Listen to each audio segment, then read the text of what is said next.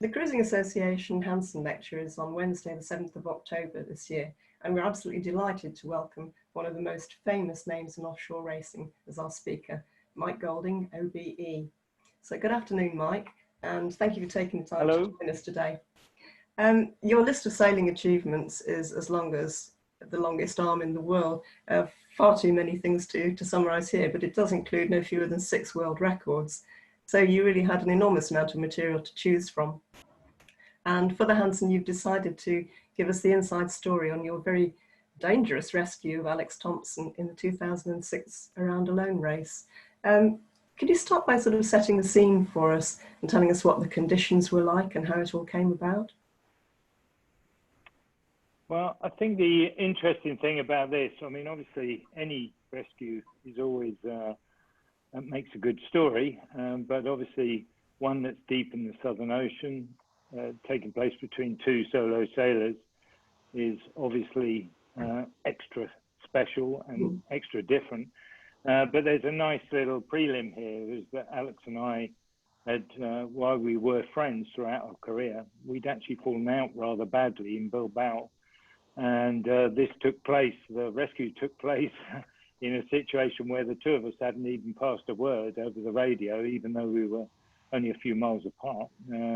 So we were competing very hard for the lead of the Around Alone race, and it was easily in one of our grasps. And this came along, it was just one of those things, a mechanical failure.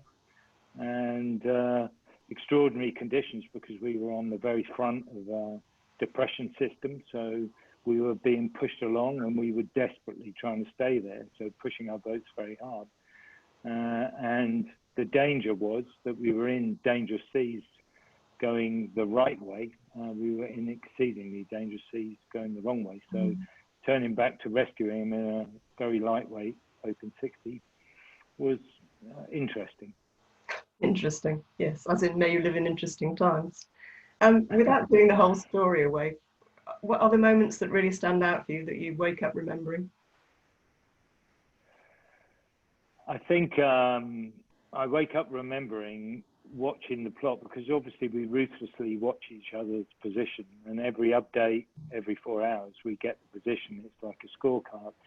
So when I saw him drop back, I kind of knew immediately that this wasn't Alex pulling the brakes on. This was something more significant, and it took a while for that to filter through the organisation, through the race organisation, and get back to me as a genuine need for help.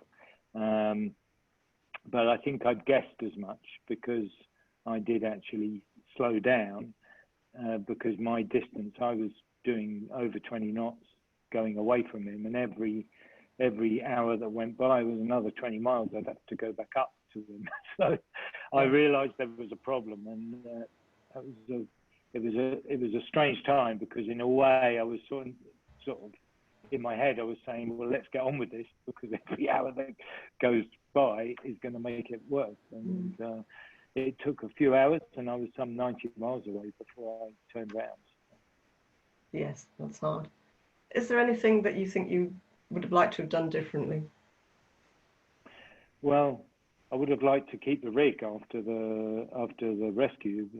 Unfortunately, sailing back upwind to get Alex was pretty brutal, and I think actually the initial turnaround, going from being aft ballast and full sail to go, well, not quite full sail, but aft ballast and a lot of sail, to going to storm jib and going upwind, was a brutal turnaround, and the boat took some incredible punishment.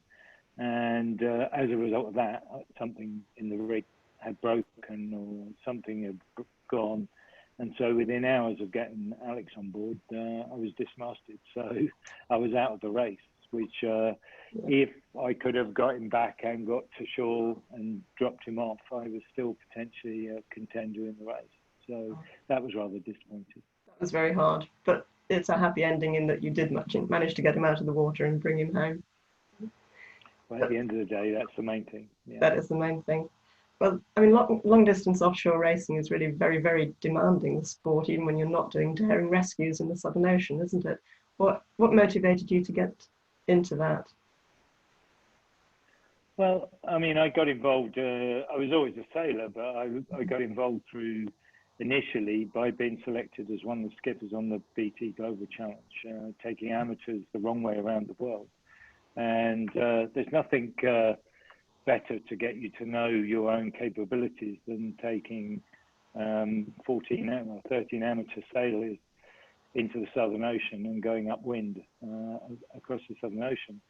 To do that with confidence, you need to know the boat really well, and you need to in order to train an amateur crew to do that to a good level, you need to really know every process on the boat intimately. And I think that prepared me for solo sailing, ironically. The fact that I could manage a team successfully gave rise to the ability to be able to manage it on my own. Right. And what do you feel that this career has given you personally? Well, a great sense of satisfaction. I mean, you know, the highlights are obviously being, you know, when you're winning races and you're the world champion of this and the world champion of that, that's great.